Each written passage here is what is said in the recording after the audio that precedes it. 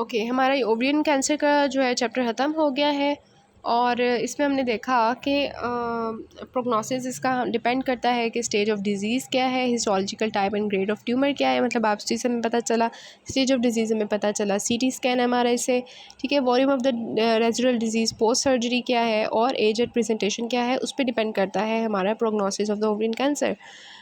और इसके अलावा जो स्टेज सर्वाइवल जो है वो ये है कि अगर कोई पेशेंट स्टेज 1 में आता है तो उसका सर्वाइवल रेट होता है 80 to 90%।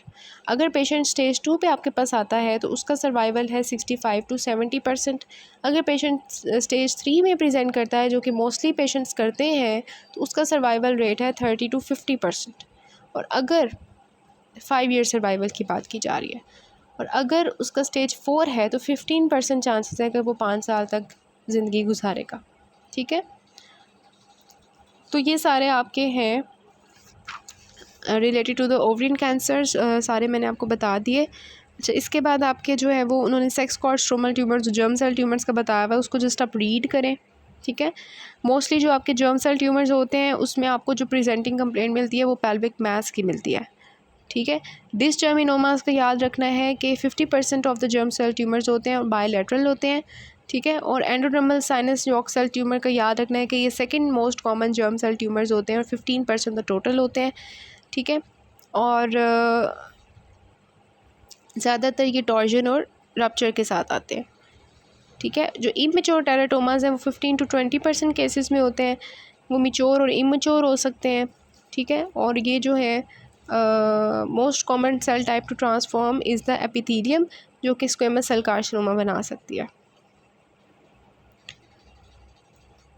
तो जर्म सेल ट्यूमर्स के बारे में एक चीज़ बहुत इंपॉर्टेंट है कि ये लार्ज सॉलिड ओवरियन मास होते हैं, मतलब कि अगर हमें ओवरियन मास फील हो, वैसे तो हमने कहा ना बहुत पतले होंगे लोग तो फिर हमें फ़ील होगा कि किसी को ओवरियन कैंसर का मास है।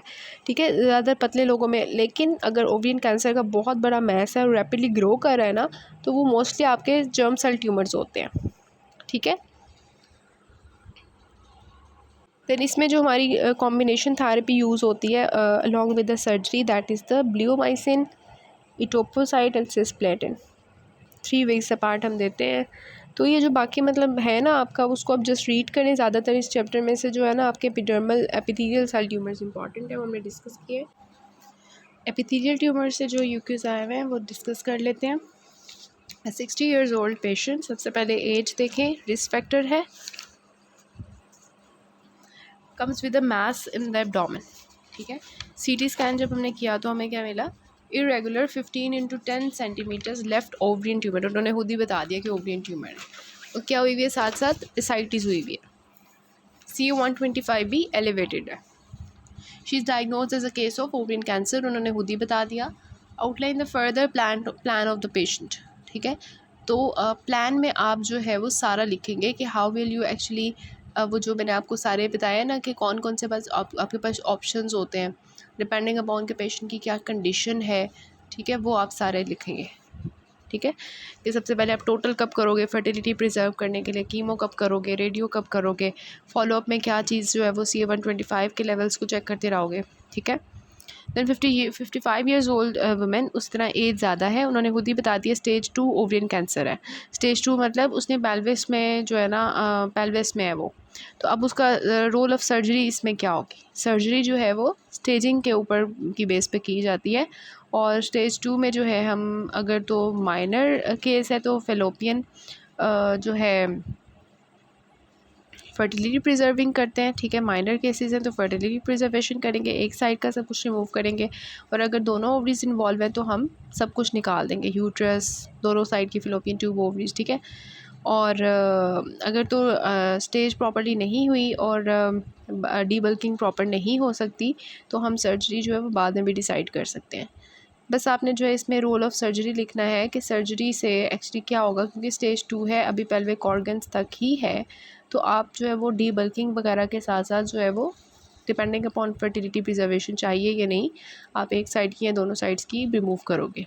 ठीक है, देन ऑब्वियसली स्टेज 1 में मतलब दोनों ओवरीज इन्वॉल्व हो चुकी होंगी। ठीक है, तो स्टेज 2 है, अब वो दोनों ओवरीज भी इन्वॉल्व होंगी, पेल्विस तक भी चला गया होगा, तो ऑब्वियसली डीबल्किंग करनी पड़ेगी, दोनों साइड की जो फिलोपियन ट्यूब्स है वो रिमूव करनी पड़ेंगी। ठीक है, और कीमो वगैरह जो है वो डिपेंडिंग अपॉन की कंडीशन वो हम करेंगे, ठीक है। तो सब कुछ आपने लिखना है। Then 56 years old female present with the left adnexal mass, ठीक है, और उसमें हमें पता चल गया हिस्टोपैथोलॉजी में कि एपिथेलियल ओवेरियन ट्यूमर है। तो name the common epithelial tumours, सब जस्ट आपने नेम लिखने हैं। Then the what is the marker of epithelial tumours, ठीक है। तो अगर सीरियस होगा तो CA 125 है, अगर म्यूसिनस होगा तो CA 99 है, ठीक है, बॉर्डर लाइन के केसेस में। Post operative treatment options you can offer this to this patient, तो दैट इज़ कीमोथेरेपी या जो आपके होते हैं प्लैटिनम कंपाउंड्स, ठीक है। यहाँ आपके पास क्या है, मोनोक्लोनल एंटीबॉडीज़, लेकिन पोस्ट ऑपरेटिव में मोस्टली कीमो यूज़ होती है, जो आपको जो है एडजेंटिव के तौर पे यूज़ होती है। इसमें भी द पैसिलिटैक्सिल, ठीक है, प्लैटिनम कंपाउंड्स में। दैन मीथोट्रेक्सेट है, साइक्लोफॉस्फामाइड है, डॉक्सोरूबिसिन है, टिपोटेकिन है, कार्बोप्लेटिन है, ठीक है। Then 32 years old female, para 3+0 women, comes with weight loss है, उसको एब्डोमिनल डिस्टेंशन है, मीन तो उसकी एंजाइटीज़ हुई होगी ऑब्वियसली, ठीक है, फॉर द 6 मंथ्स, और उसको इनडाइजेशन की कंप्लेन है और यूरिनरी फ्रीक्वेंसी की कंप्लेन है, ठीक है। देखिए नॉन स्पेसिफिक सिम्टम्स आ रहे हैं। Abdominal examination shows firm to hard mass reaching up to umbilicus, ठीक है, तो ये ओवरियन कैंसर ही होगा, ठीक है, क्योंकि नॉन स्पेसिफिक सिम्टम्स इसके साथ मोस्टली एसोसिएट होते हैं, ऊपर से हमें मैस भी फील हो रहा है। तो what is your diagnosis, what are the investigations आपने सारी लिखनी है, जो मोस्ट इंपॉर्टेंट है वो सबसे पहले लिखेंगे और जो बाकी वाली हैं वो आप नीचे लिखोगे, ठीक है। दैन मैनेजमेंट में आप सारा बताओगे कि किस तरह से आप सबसे पहले उसकी रिस्क फैक्टर्स को वैल्यूएट करोगे और फिर आप उसकी जो है वो इन्वेस्टिगेशंस डायग्नोसिस सबसे पहले एग्जामिनेशन करोगे, पेल्विक और then the abdominal examination, pelvic examination, general examination, then the जो है आपकी chest examination, lymph nodes examination, ठीक है। उसके बाद इन्वेस्टिगेशंस करोगे, इन्वेस्टिगेशंस ऑलरेडी आपने लिख लिया। मैनेजमेंट में आप ट्रीटमेंट लिखोगे कि आप कौन सा ट्रीटमेंट, आपके पास ऑप्शंस होते हैं डिपेंडिंग अपॉन कि कौन सी कंडीशन होगी, वो हमने आपको नोट्स बना के बता दिया है और फिर आप फॉलो अप करोगे, ठीक है। So this is all about the UQs from the ovarian cancers.